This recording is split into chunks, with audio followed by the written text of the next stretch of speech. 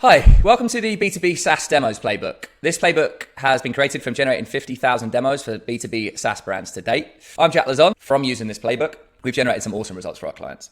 So this particular B2B SaaS brand, we went from 0 demos to 125 demos, pretty much like clockwork every single month. So that sounds good. Where's the proof? So if you look in Google Analytics here, this is for the entirety of 2023. They generated 3,037 demos. Paid social, this is the campaigns that we were running, generated 1,500 of those demos. 50% of the site-wide demos for the whole of 2023 for this B2B SaaS company were from meta ads. Now, the point about people saying meta ads don't work for B2B SaaS companies, that's a limiting belief. It's clearly demonstrative here that they do work for B2B SaaS companies because we generated 1,500 demos in the space of 12 months for this company. Cool, let's jump into the playbook. So first things first, pipeline killer number one, the funnel. So I've broken this out into different sections, right? So the first section, value propositions. So how to turn your key value propositions into winners. First off, why start with value propositions? There's a million different things we could be focusing on.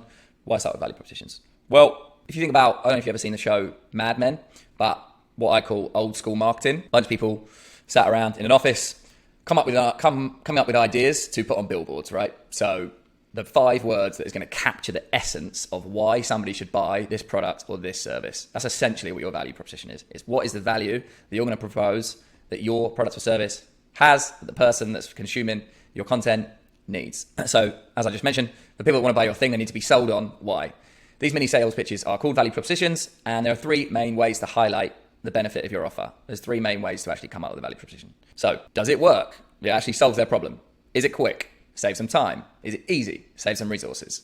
So basically, is it going to work for me quickly and easily? Because that's the main thing that people want in their life. They want problems solved quickly with minimal resources, ideally for them. So there are also 2 main emotions you're wanting to create with your ads. So when somebody sees your ad, you want them to either be happy and buzzing and hell yeah, let's go, I really want that. Or you want them to be fearful and sad, kind of stressed out a little bit. And so they're then going to click through as well. So the happy is like, I really want this now.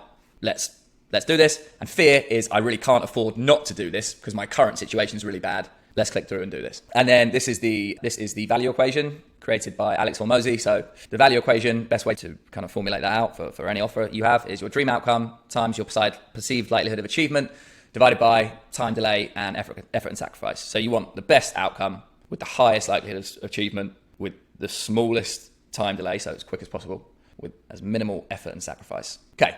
All well and good talking about value propositions. What's an example of one? So for the purpose of this playbook, I've just created a completely made up fintech solution.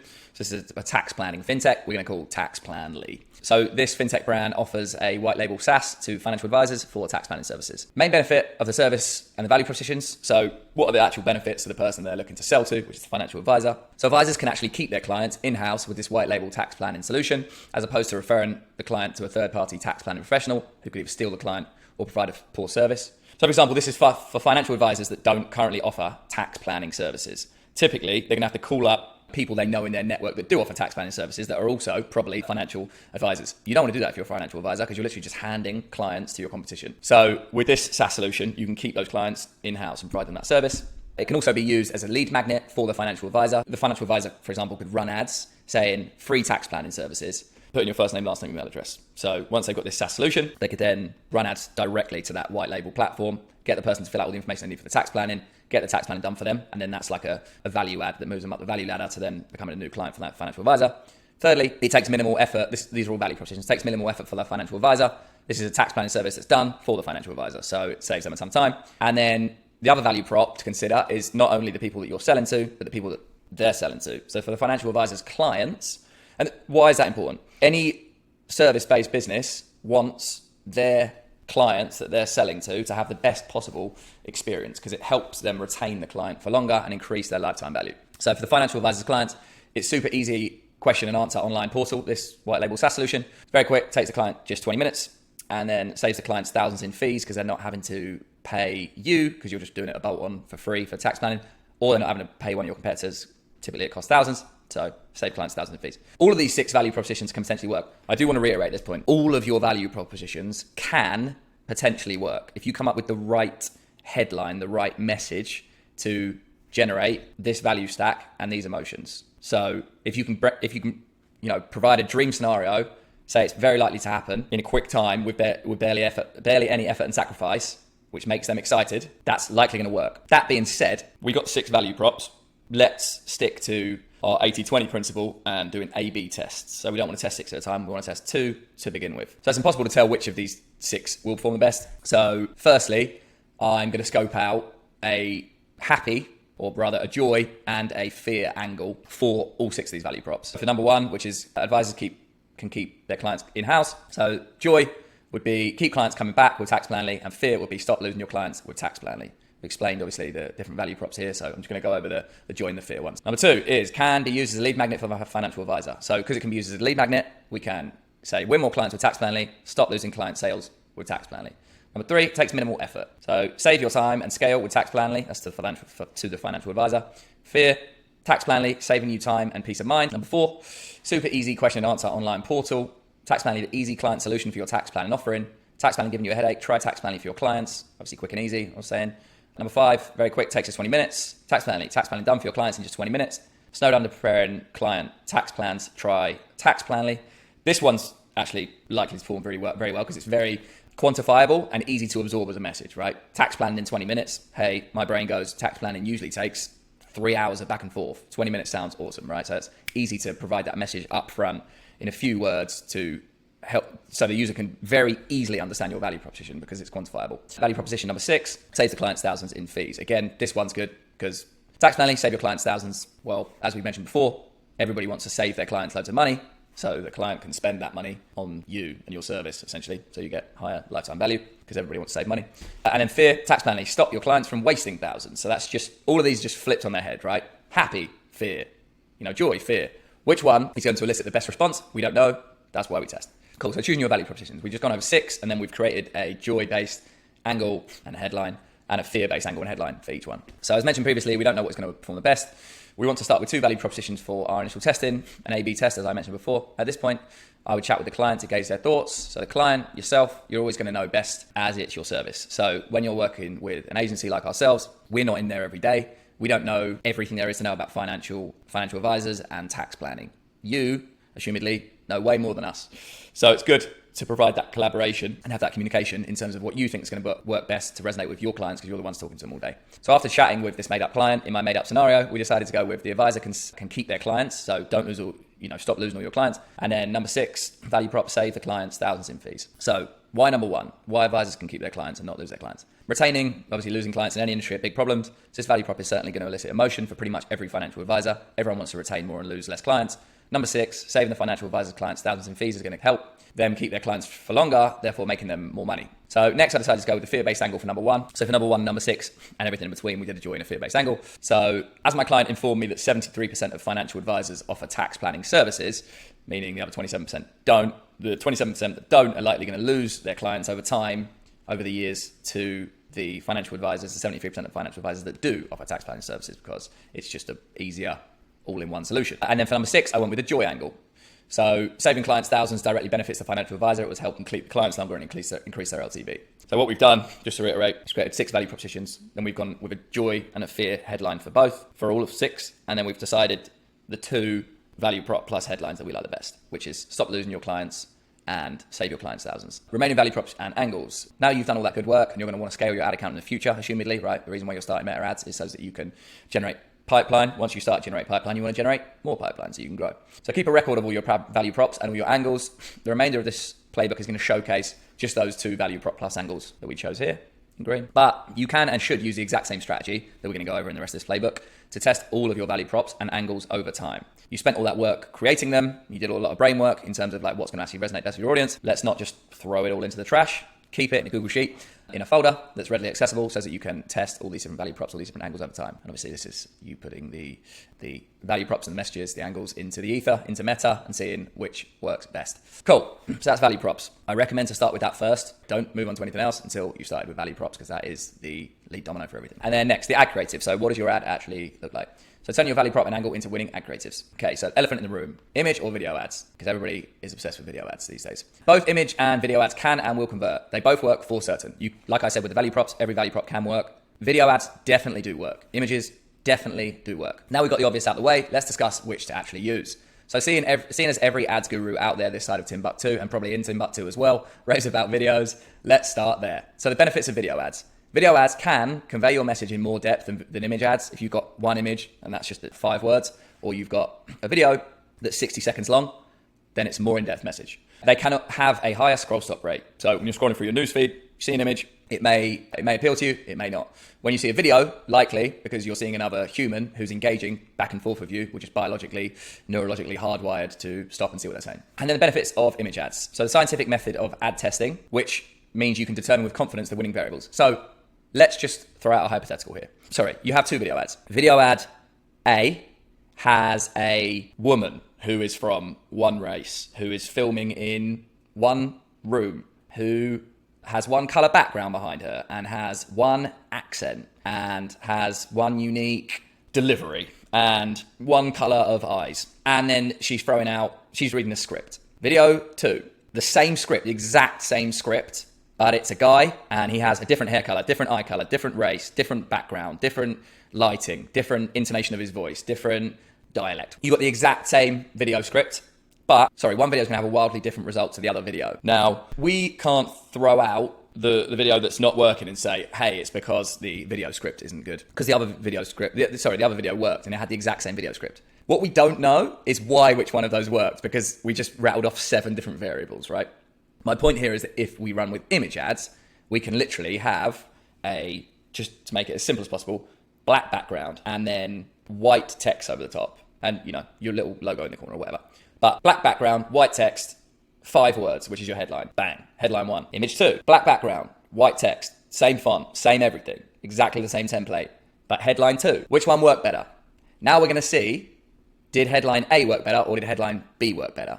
This is super useful information for both scaling our ads and managing to book demos, also feeding this information back to your chief marketing officer and your CEO, because this is what messages resonate best with your target market. It's super difficult to understand what is resonating best with your audience through video ads right out of the gate, because there's so many different variables that go into a video ad, and a lot of them aren't even cognizant. So if you were to ask somebody why did they convert on that video ad compared to that one, a lot of times they wouldn't even be able to tell you, because there's millions of different things that's going on. But if you isolate it with image ads, there's way less variables. Back to more benefits of image ads. Cheaper cost per impressions than video ads. Why? Probably because everybody's running video ads these days, but whatever it is, it costs more to run a video ad. So what does that mean? If a video ad is costing you $100 to get 1,000 impressions, and an image ad is costing you $50 to get 1,000 impressions, and they both convert at 5%. The video ad could cost you $400 to get a booked call, and the image ad costs you $200 to get a booked call. I'm not saying those are the exact numbers that you're going to get every single time,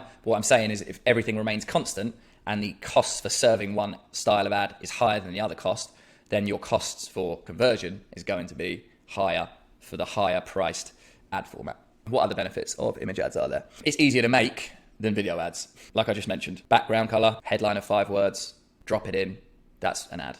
Video ad. Write a minute-long script. Get that script, put it into a prompter, find time for your CEO or CMO to actually film that video, which obviously there's going to be a lag because they're busy people. And you want your CEO or CMO or some high value, some high ranking position in your company to film your videos, ideally, because it provides credibility. So essentially it just takes way longer and it's much more effort to create these video ads. So and we want to be testing at a decent scale, right?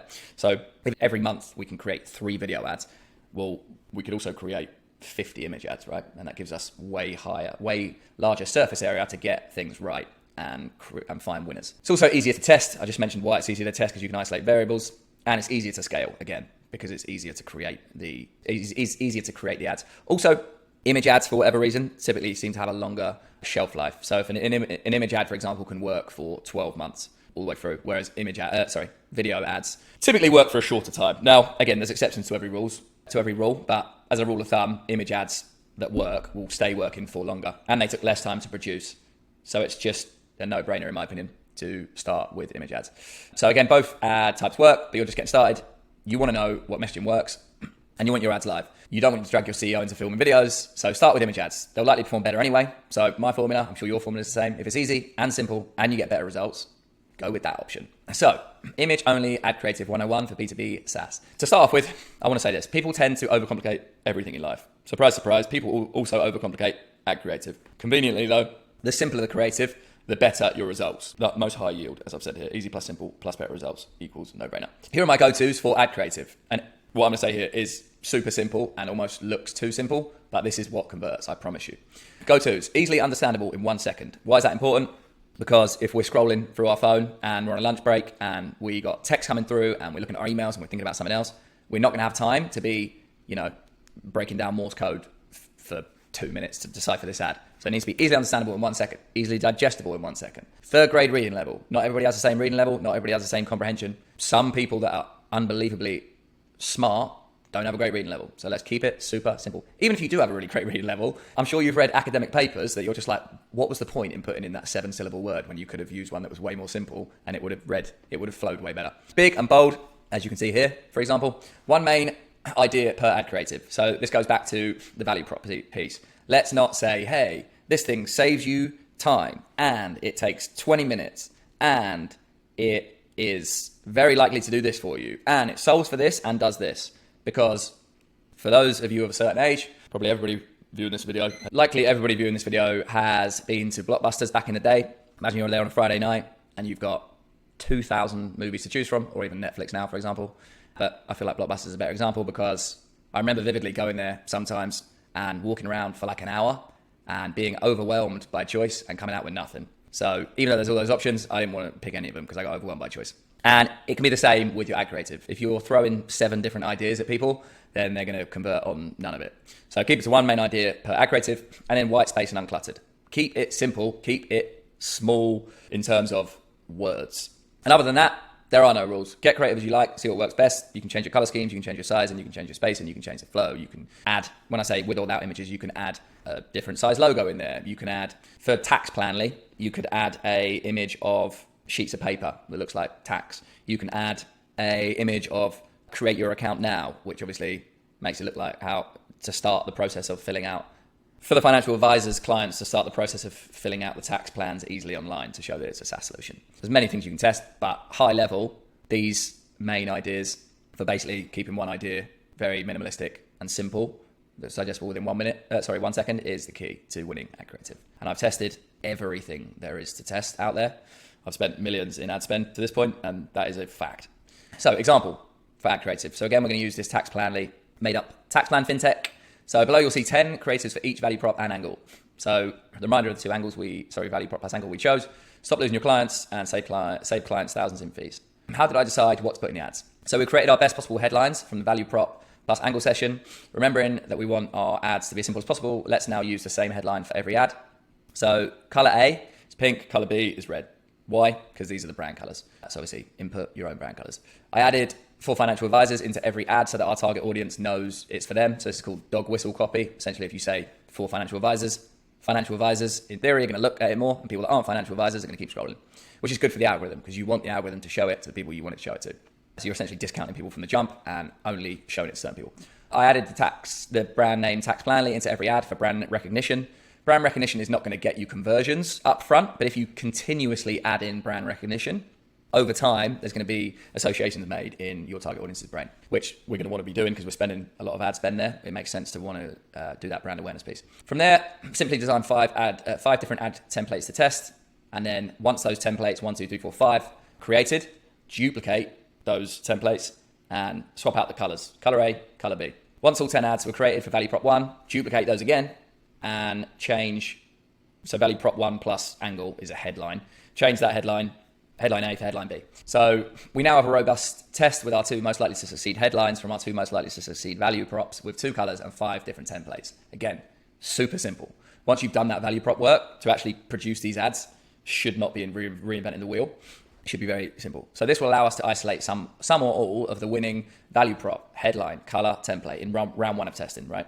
So for example, let's say this stop losing your tax planning clients with the bullet. So this number 2 here from Canva worked the best of all of these ads. And the second best one was this one. So save your clients thousands with bang, bang, bang. So what we can deduce from that, if these 2 are getting 95% of the ad spend, because the meta algorithm will dial in very quickly to what it perceives to be your best ads, the ones that generate the most conversions, and most of the ad spend will go there, right? So over time, you're going to phase out, for example, probably all of these other ads except these 2. What does that tell us? Let's say they both generate, 20 conversions each at the exact same cost per demo. They're not going to, but let's say these two creatives do. So the value props, we don't have a winner. A and B, don't know. What we do probably know is that, and the headline, we also don't have a winner. What we do probably know, though, is that purple, for whatever reason, is working better than red. So next round of testing, we can sub out that red color and either do a different color or just stick with 10 purples and do more headlines. And the template. For whatever reason, this template, which is broken in half, and then it shows kind of the flow of the SaaS service that we're selling. So started documents, completed documents, signed documents.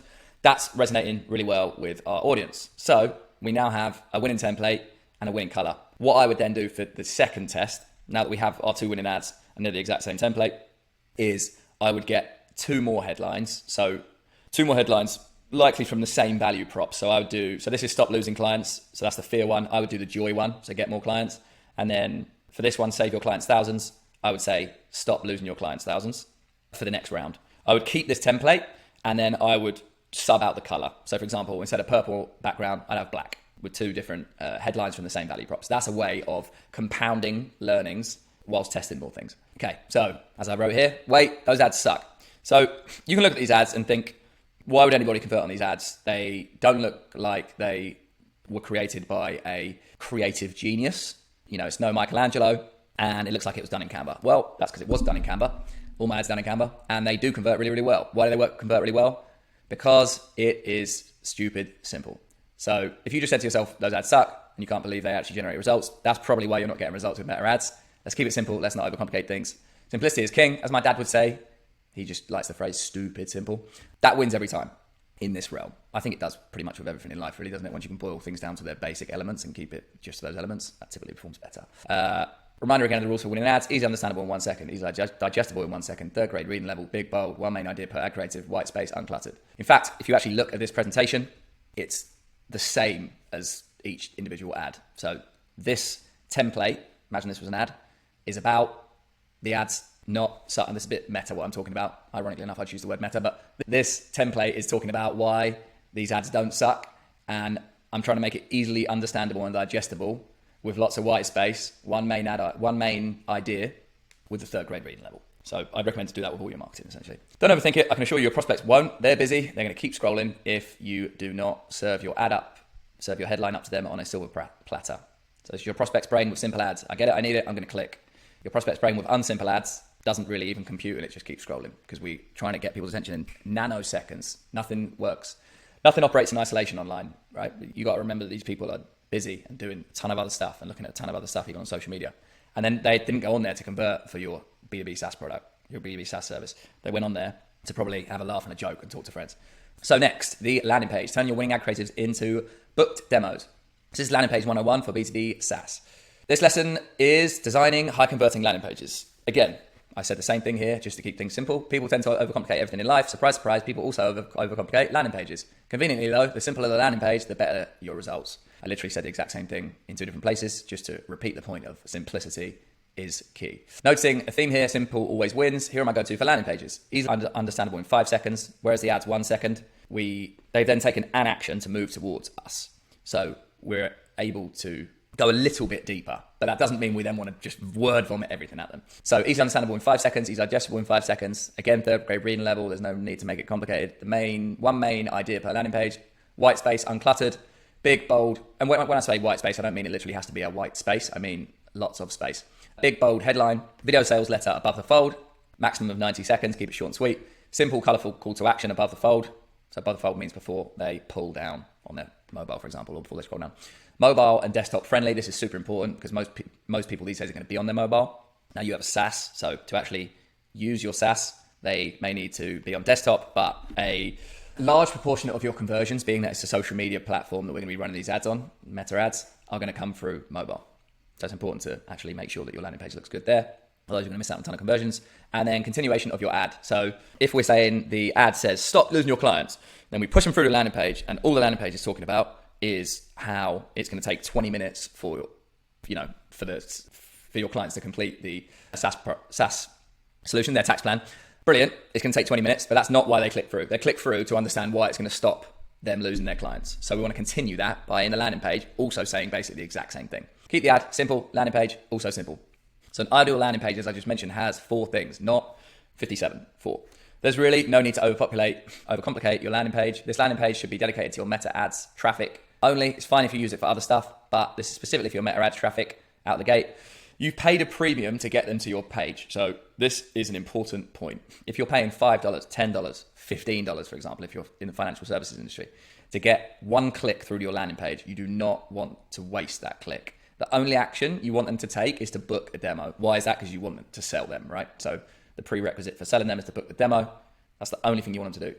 Only give them one option. What I mean by that, the footer of your website, get rid of all that with all the other bloody links. If there is a Trustpilot that you've got on a landing page, get rid of the actual link to Trustpilot. If there is a YouTube video for some auxiliary thing, don't link out to it. What all you want them to do is to take the decision of booking a demo on that landing page. Also, if you imagine, this is kind of a weird example, but imagine a mouse in a maze, right? If you have a ton of different possible routes this mouse could take, it's going to get lost in the maze and it could potentially end up falling out the back of the maze, for example. But if your maze was just a straight line with a piece of cheese at the end, then the mouse is 100% of the time going to run to the cheese and eat the cheese. Why? Because you made it super simple for them to take the action you wanted them to take. It's the exact same thing with this ad funnel. So to paraphrase a line from the Happy Gilmore movie, his bags are packed, he has his plane ticket, bring him to the airport, and then get him to book a demo, because that's all we're looking for them to do. For that, you just need 4 things, all of which can be seen by your target audience before they even scroll down. So this landing page does not need to be huge and it does not need to be complicated. On the right, we have a low converting landing page. So we've got big headline with a even bigger sub headline. It's just loads of text. And we got a typically classic cheesy stock image that for some reason people tend to love putting on their landing pages, even though it gives a lot of people the heebie-jeebies. Loads of text, more text, and then a little form at the bottom with a CTA. This is understandable why people do this, because you think, right, I've got somebody on my page, like I mentioned, it's bloody expensive to get them on the page. I want to tell them every reason why they should book a call with us. The problem with that is it's overwhelming and cluttered, and it does not lead people to taking the action you want them to do, because it's almost like giving them homework. Humans are, all animals are, kind of, I don't know if lazy is the right word, but we like to take the shortest route possible to things, the most easy route possible to things. So a high converting landing page on the left, here's an example, headline, short and sweet, 5 words or less, video sales letter, 90 seconds or less. And this does all the heavy lifting, right? So all of this text can just be put into a video. So you're doing the hard work on your end. You're building the video script, delivering that message through, your CEO, your CMO, for example, and you're selling them on the why. From there, they then fill out first name, last name, email address, and book a call. Easy as that. We want it to be as easy as that, right? So let's craft our landing page to be as simple as that. Okay, what headlines do you put on your landing page? So as I've said here, okay, time to reinvent the wheel. Let's think of 20 new headlines we can test. And obviously I'm joking here. We already did this work back in the value prop stage, didn't we? So remember we had 6 different value props and we had 2 different angles per value prop. So let's put our best foot forward and use the same headlines that are in our ads. Why? Simplicity. Yep, that word again. There's no need to spend 5 months building out our Taj Mahal master plan for running ads. Once we've got our best headlines, let's use them. It's simple. It's convenient for us because we've already done it. Continuity of message for our target audience. Always pushing forward the same message, the same headlines that are in our ads and that we've already come up with. And for robust testing. So if the landing page and ad have the same headline and it converts, headline's probably a winner, right? So we want to isolate variables as much as possible to determine what is actually working. So using our made up example again, headlines for landing page 1 and 2 are stop losing your tax planning clients, save your clients thousands. Headline 1, headline 2. Notice these headlines are not huge. They're not 50 words long. Short and sweet, super easy to digest in 1 second, maybe 2 seconds. Video sales letter. So video sales letters, often referred to as VSLs, and I'll refer to them as VSLs for the rest of this. Video sales letters are a key component for converting traffic to book demos using this strategy. The objective of your ad is to take the user from social media to your page in 1 or 2 seconds. Your landing page headline will then be read again, taking up another 1 or 2 seconds. So far, they've spent about 5 seconds with you and your brand consuming what you have to say. And you're wanting them to book a call with you to buy your service. So to book a call, your prospects needs to know, like, and trust you. 5 seconds isn't going to cut it, especially if they've never come across you before. 5 seconds is not going to get them to convert, typically. So as Shania Twain says, okay, so you're Brad Pitt. I'm not going to sing this, but okay, so you're Brad Pitt. That don't impress me much. So you got the looks, but have you got the touch? Don't get me wrong. Yeah, I think, all right. Okay, a little bit of a song. But that won't keep me warm in the middle of the night. So said another way, I'm interested. You've piqued my interest, but is there actually any substance behind what you're saying?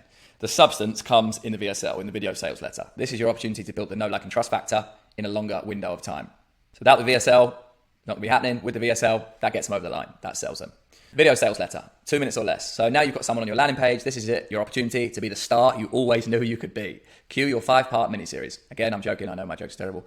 Save that for another time. This VSL should be no more than 2 minutes. Remember, the person now on your site was just seconds ago, literally seconds ago, scrolling on social media, had no intention of interacting with you because they didn't know who you were, and they possibly were literally on the toilet eating a sandwich unhygienically during a lunch break whilst texting. A lot of stuff going on. So we've got to be quick, punchy, and memorable.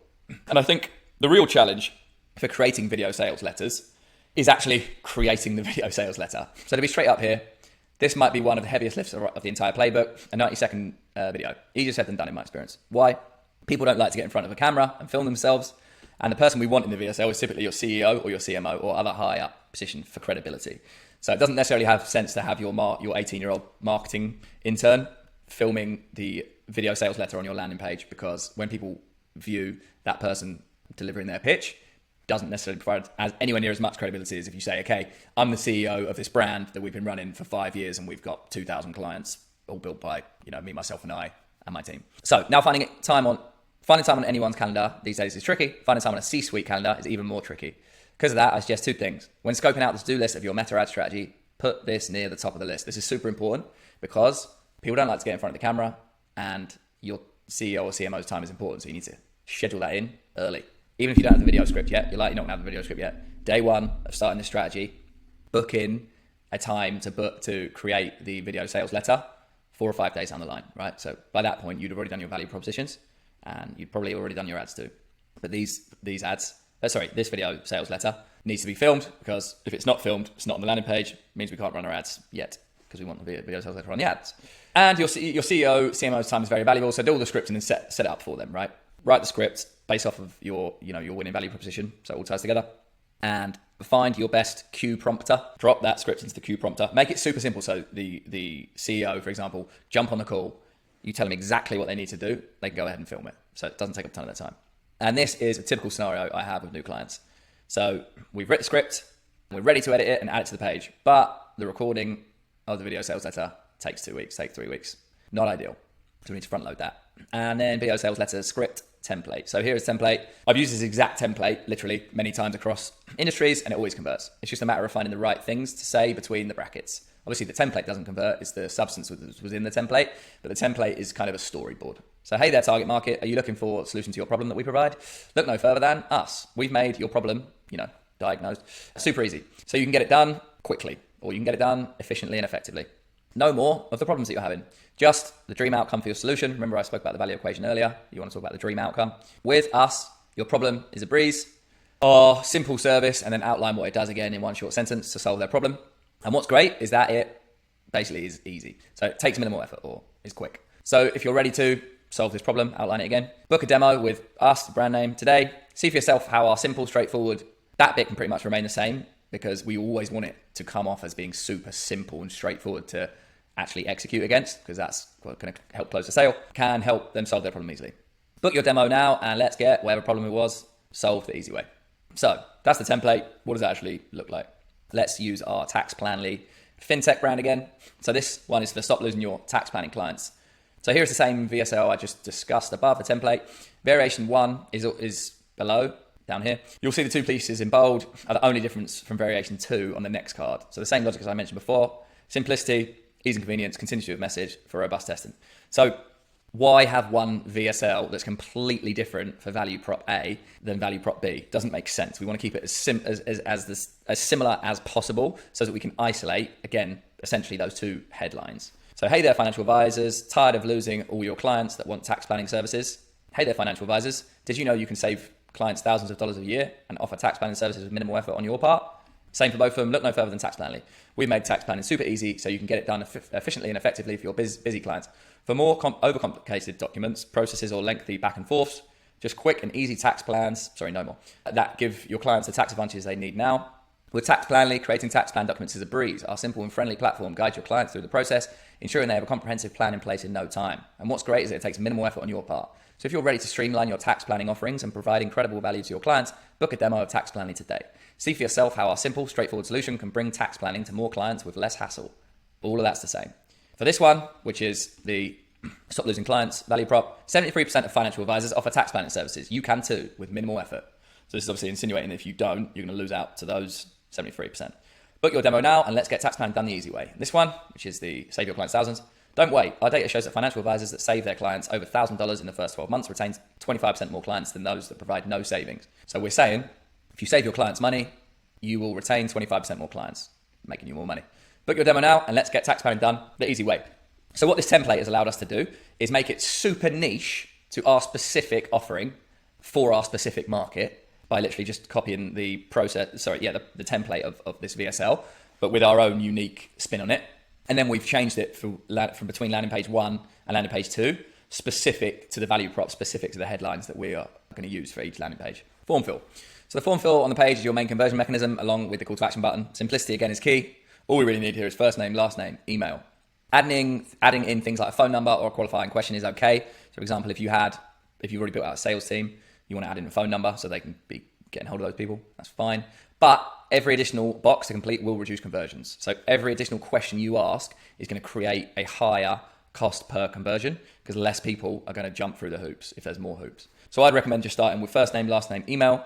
If you find the lead quality isn't great, add your number one qualifying question to the form fill. So in terms of simplicity and just getting an MVP, a minimal viable product to start off with, I always recommend doing the most simple boilerplate basic solution.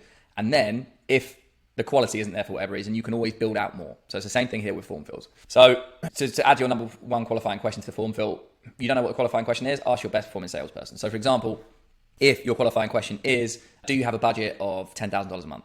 That's what your salesperson asks, number one on the sales call. That's what you're going to want to put in as your qualifying question. Okay, next up we have a form fill example. We have 2 examples. So these are direct examples from actual clients of mine on landing pages that convert really, really well. Example 1, schedule a demo to learn how.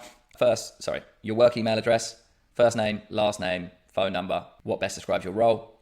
This says that only financial advisors click on the ad to get rid of everybody else that also feels like they should use this service that aren't the right fit. Example 2, book a demo, first name, last name, work email, proceed to calendar. As simple as that. Call to action buttons. Call to action buttons should be found at the top of the page and at the bottom of the form fill. Simplicity again is key. Make them big, bold, contrasting, color to your landing page and simple landing page. So book a demo. Here are 2 example call to actions. So we got here, book a demo, it's up there. We got book a demo, it's there. This is a blue page, so it's a purple background because it's a contrasting color. Example 2, book a demo, green. Proceed to calendar, green. I actually think one step further than this to make it even better would be both of these be contrasting colors. So this brand has done this well. This brand hasn't. This book a demo button up here should also be purple. And I think book a demo, proceed to calendar should also say book a demo because there's less literal letters. So it's easier to consume for the brain. And it's just consistency of message as well. That's how I would do it. Example, this is an entire landing page example for both of these same clients. So here we have brand name, call to action, call to action. Is that the same? Got headline here. Difference being they stuck a logo up here. Doesn't matter whether you do that or not. Video sales letter. Then they have a sub-headline above the form fill. This isn't really a sub-headline, but you could kind of say it is. Let us show you how.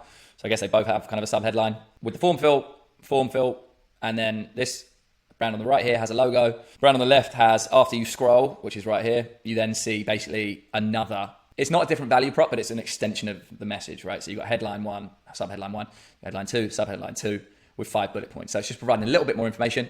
Again, not ramming information down their throats as we saw here. Not a ton of information, but just a little bit more with 5 bullet points. Optimizing for desktop and mobile. So optimizing for both is super important for high conversion rates. Looking at the 2 examples we just looked at, they both convert really well on desktop and mobile. Both screenshots that I'm showing below are from desktop, but I've added basically arrows to show you how these can be tweaked for a mobile version. And if you've never built a landing page before, imagine each section is a Lego block. So you can move the Lego blocks around and interchange them. I've numbered each section of the page below. Let's take one example, converting the desktop version of the landing page to mobile. So example 1, which is this one. So we've got the headline at the top. That stays the same. That doesn't move between desktop and mobile. For section 1, which is essentially the video sales letter, mobile users see this directly below the headline. So you got headline, then you got video. Then you got the form fill. So you got headline, video, form fill. Then you got section 3, which is headline 2 and subheadline 2 and bullet points there. And then you got this image underneath. So you got headline, video, form fill, headline 2, image. So So you just stack them essentially for mobile because there's less width. Good example of this is literally the second example. Identical for desktop and mobile. This is simplicity at its finest. So whether you go on desktop or you go on mobile or you go on tablet or whatever else, whatever screen you're consuming it on, you'll see the same thing. Logo, headline, video sales letter, form fill, call to action button in one consistent flow. That's what I would recommend doing because it's just the easiest to consume regardless of what platform you're on, what device you're on, sorry. Next up, thank you page after the call booking. So this is to track your book demos. This page is predominantly for tracking purposes. So every time someone lands on this page, which looks like nameyourbusiness.com/thank you is the name of this page. Every time someone lands on this page, you'll track and record one book demo event. So every time somebody clicks through to this URL, your tracking says, boop, we have converted a user. Your main objective is complete taking a user from your target audience from ad, so from Meta, all the way through to booking a demo. Awesome. So all you really need to do from this point to get a pass grade for the page, for the thank you page, is to literally write, thank you for scheduling a call with us. We look forward to speaking with you. Again, minimal viable product. This works. You don't need to reinvent the wheel here. 99% of my clients do this. Actually, 100% of my clients do this. And that is absolutely fine. If, however, you want to pre-sell your now fresh hot lead, so they booked a call and, strike while the iron's hot, you can also add in another video sales letter. So thank you for booking a call. Here's XYZ more reasons why you should buy. Social proof. You can add in customer testimonials via videos, written. You can add in awards that you've won. You can add in publications that you're featured in, for example. And then finally, you can add in a mini demo. So a 2 to 5 minute version of your demo. All of these can potentially increase your sales conversion rate. So there's one thing booking a call, another thing actually converting that call to close for a deal. So I would recommend, if you're not doing this on the thank you page, or irrespective if you are or not, your email follow-up. So once somebody's booked a call, they should be put into an email sequence. That email sequence should be selling them on why they should buy your service before the call. So doing things like adding in all of these things I just mentioned, plus objection handling. So any possible reason they would think to not purchase your service, you want to tell them why that's not a good idea and they should purchase. Okay, so that's the first pillar of the B2B SaaS demos playbook. This is pillar number 2, setting up correct tracking. The importance of correct tracking. If your tracking is faulty, you're going to miss conversion events, book demos. You don't want to do that because this will lead to thinking your good results are actually terrible because you can't see the results. If you can't see that you're doing well, you're going to think it's not working and then you're going to pause the experiment. And bad tracking can also slow down your progress. So the Meta algorithm uses all conversion events to learn and improve. If you're not sending some or all of those conversion events from your website to Meta, it won't learn and improve your results. So every single conversion you get that you want to happen, which is booking a demo, you want the Meta pixel to tell your website that there was a conversion that happened, and your website to tell Meta that there was a conversion that happened. The best way to set up tracking for Meta, and believe me, I have tried everything under the sun for this, is to install your Meta pixel and then separate but additive, it's not an and or, it's both, set up a Facebook Conversions API with Google Tag Manager to pass events back and forth between your website and Meta. So the Conversions API, this image actually demonstrates really simply and well what it looks like. So the Conversions API is set up whereby Google Tag Manager is tagging all the events that happen in Meta and pushing these through, and all the events that happen in your website and pushing these through to the other platform. So when you go into Google Analytics, you'll see the conversions that happened in Meta. And when you go into Meta, you'll see the conversions that happened on your website. The same conversions, obviously. But to provide that information from both is where you're going to yield your best results. And you do that through setting these two things up. How to set up tracking. I'm going to keep this one super short and sweet. It's not the easiest thing in the world to do, but you can outsource it using Upwork, using Fiverr. You can also delegate it to your in-house tech wizard. Installing Facebook Pixel on your website, go watch a YouTube video. Set up Facebook Conversions API tracking with Google Tag Manager, go watch a YouTube video. If you want to do it in-house, like I said, you can also just outsource this on Upwork or Fiverr. The third pillar of the playbook is the campaign build. So first up, your campaign build structure. The structure is going to be like the rest of this strategy, very simple in design. So your campaign objective is going to be book demos. Number of campaigns is 1. Number your ad sets to begin with. This is just start off with 2 ad sets. Ad set 1 has in it value prop 1. What ads are in there? Value prop 1, and then the first ad, second ad, all the way up to the 10th ad. Ad set 2, the exact same structure, but for value prop 2. So value prop 2, ad 1, all the way to 10. So ad set 1, stop losing your clients, has all the stop losing your clients ads, and ad set 2 has all the save your clients thousands. Remember that we're looking at isolated variables here, so we basically have the exact same ads, but with a different headline to see which one works best. Ad set targeting. To ensure we're running scientific method tests, keep targeting the same between ad sets to start. To begin with, we're testing the headlines, ad creative, and landing pages only. There's an opportunity to test different audiences once we gain momentum, but not to begin with. There are two options for targeting: lists or meta targeting, which I'm about to explain. So, targeting options. There's two options, like I just mentioned. The list of your target audience. So for this, you need to upload first name, last name, and email in a .csv file to Meta. Ideally, you want the list to be 50,000 or above. Ideally more, you want it to be 100,000 or above people in your target market. Number two is creating your audience using Meta's built-in targeting option. So ideally, you want this audience to be between 100,000 and 1 million. I'm going to explain why in a minute. In size, which is better. It's difficult to say without testing both. However, from my experience, the following is true most of the time. There's exceptions to every rules, but the following is true most of the time. Lists will have a higher cost per demo. Why? Because the smaller targeting pool means higher ad costs. So if we're targeting a list of 50,000 people and then we're targeting a Meta audience of 800,000 people or 1 million people, the ad costs are going to be more to serve to this audience because it's a smaller audience, which means Facebook are going to charge you a premium to hit up that audience because it's smaller, which means that you'll have a higher cost per demo. But the lists will have a better lead quality. If everybody in your list you know for certain is in your target audience, then by definition, it's better lead quality. Everybody that converts from there, you want to convert from there. If you can buy a list, I would recommend doing that. That said, so that you know every ad dollar is spent towards your ideal target audience. That said, this strategy does also work without a targeted list. Meta's targeting is the best in the world. It comes from a $1 trillion algorithm. There's just been so much data, both on the consumer side in terms of how people interact with the platform, and on the buying side, the ad side in terms of how to get people to convert for products and services. That's literally Meta's business model, is allowing us to run ads. So their targeting is really, really good. So obviously list versus using their parameters to target from Meta. So for list targeting, why 50,000 plus size lists? Why is that ideal? Anything less than that and your ad costs are going to be very high. That's why I said I'd rather 100,000 if possible. This will likely result in very high cost per demo if your list size is super small. Ad costs will increase further still when you increase your budget, making it very difficult to have an acceptable CAC payback period. Obviously, CAC payback period is the number of months it will take to recover the cost of acquiring a customer. So let's say we started with an audience of 20,000 people and we were spending 5,000 a month in ad spend, right? Maybe we do generate a few conversions from that. Great.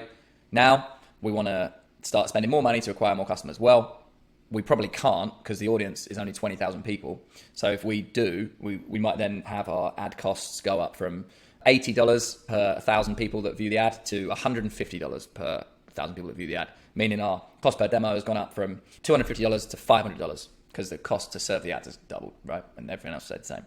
So all that to say, ideally we want a list, but ideally we want a big list, as big as we can get. List targeting, where do we get the list from? Here are some options: industry associations, commercial list providers, professional directories, LinkedIn Sales Nav. There's a ton of different ways to get lists. Again, a YouTube video as well could likely push you in the right direction for that one if you don't know where to look. Meta targeting, why would we have an audience size of 100,000 to 1 million for meta targeting? Anything smaller than 100,000, you may not get any generate any conversions. Remember that this is a target. This is not a list that you built. So some of the audience that Meta determines is in that audience are not going to be ideal fit. So say that we were targeting real estate professionals. So we did an audience of real estate, even real estate professionals. This is what Meta is assuming based off of all their data are people that are real estate professionals. There's going to be some slippage there because this is not an exact science, because those audiences aren't getting updated absolutely every single day with matter-of-fact information. If you were to build a list, assumedly, that should be up to date. That should be super accurate, especially if you get it from like industry associations. Larger than 1 million might be casting the net too wide on the other side of the net here. So if we have an audience, say real estate again, we target real estate. So there's 200 million people in that audience, for example, in the United States. Now, do you think half the people in America, or 2/3 of the people in America, are going to be wanting your real estate SaaS solution? Probably not. That's just everybody that's shown any interest at all in real estate, which is basically everybody. So we want to keep it to a 1 million or less because we want to try and hone in on people that have the highest likelihood of converting with us. But this really does depend on your offer and total addressable market. I found audiences of 10 million plus to work because the algorithm will very quickly decide, okay, this is a 10 million audience, but actually only these 250,000 people respond to this ad, so I'm going to serve it to them. To begin with, while testing headlines, ad creatives, and landing pages, choose your most defined ideal audience between 100,000 to 1 million and use that for all ad sets.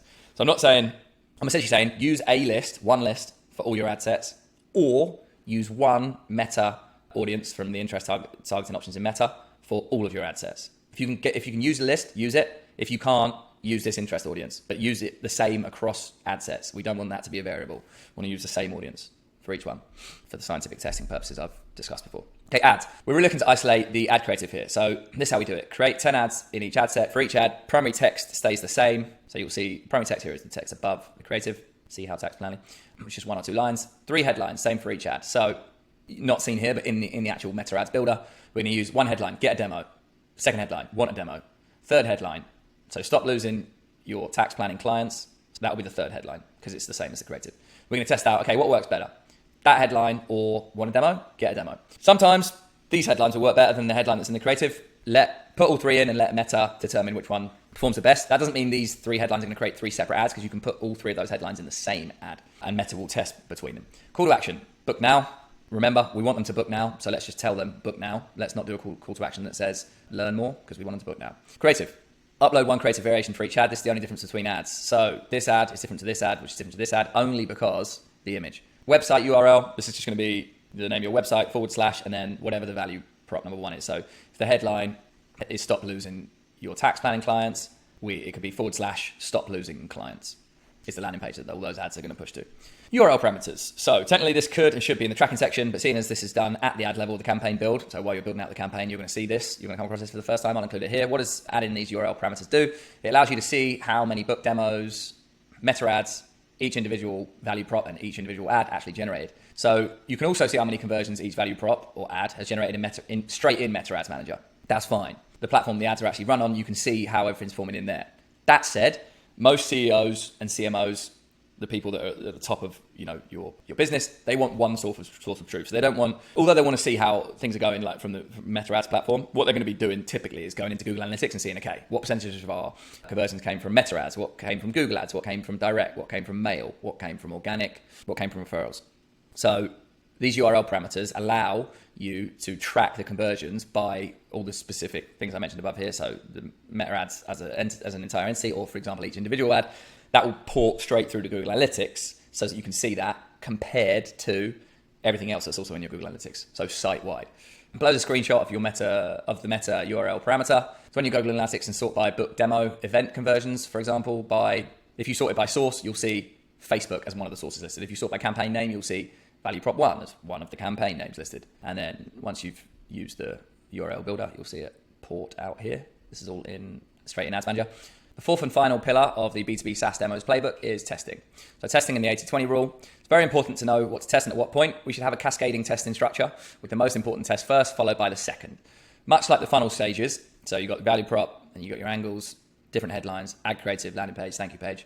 They have an order of importance. So too do ad elements, and they follow the funnel stages pretty closely. So in order of importance to the performance of the ad, firstly, what your value prop is, then what is your headline, and then third, the ad creative template. So what does the ad actually look like? How does it look and feel? You'd be surprised how many people don't consider this when testing. Instead, they just optimize for a scattergun approach of testing random stuff. So random combinations of variables and variants.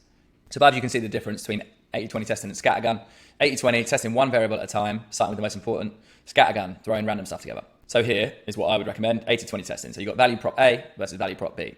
Value prop A performed well, and value prop B performed okay.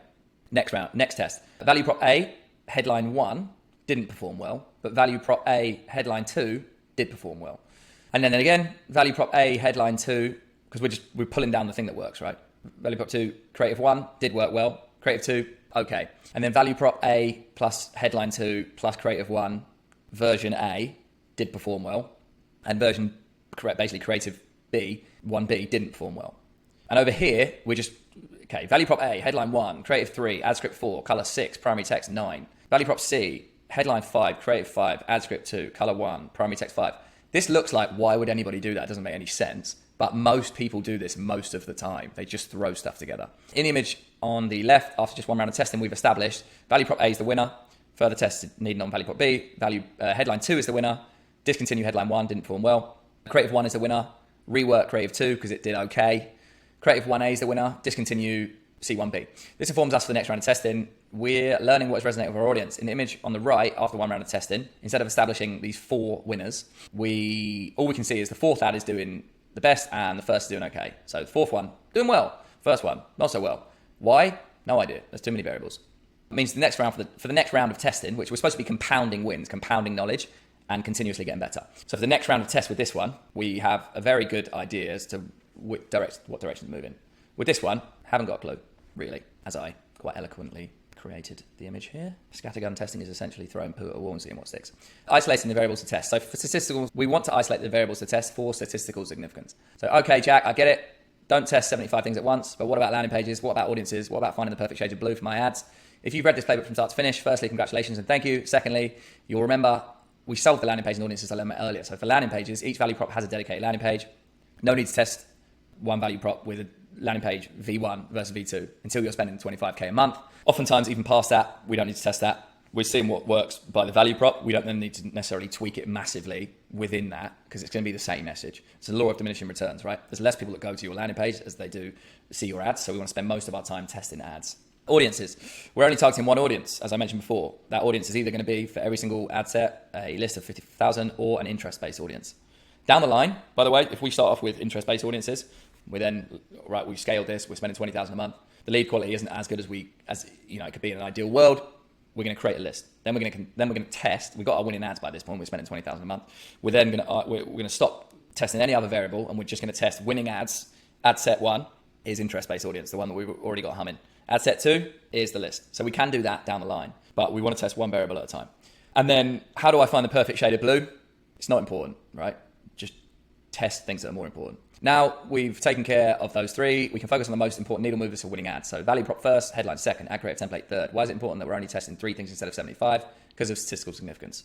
So if you see here, to get scientifically statistical significance actually takes loads. And we're technically not going to have that much data to be able to with a 2.4% confidence rating, be able to say this one performed better than this one, because we're just going to have a 90% confidence interval. That's like really, really high. But we'll be able to get better guidance by the more data we have. So for this particular example, we had 50,000 visitors to B and another 50,000 to A. So 100,000 visitors. This one had 1,200 conversions. This one had 400 conversions. That means this one had way more conversions. So this is super statistical significant. We're not going to have those type of numbers when we're first starting out, but we can tell by isolating just one variable, so headline A versus headline B, because we're not going to be getting 100,000 people that's going through this funnel. We want to be able to tell with what we perceive to be significance as quickly as possible. And to do that, we need to isolate all variables except one at a time, ideally. What is statistical significance? I've just explained what that is. And basically, it's a way to show your result is likely true and not just a random chance by making it significant. Scientists use statistical significance to be confident about their findings. So do we with our ads. That way, we can say with confidence which of our value props, headlines, ad templates work best to get our target audience to book demos. That's super important because we want to book demos. We want to scale the ad account so we can book more demos, and we want to relay the information back to your CEO and CMO to inform other marketing initiatives so that you can book more demos. So all paths lead to Rome with that one.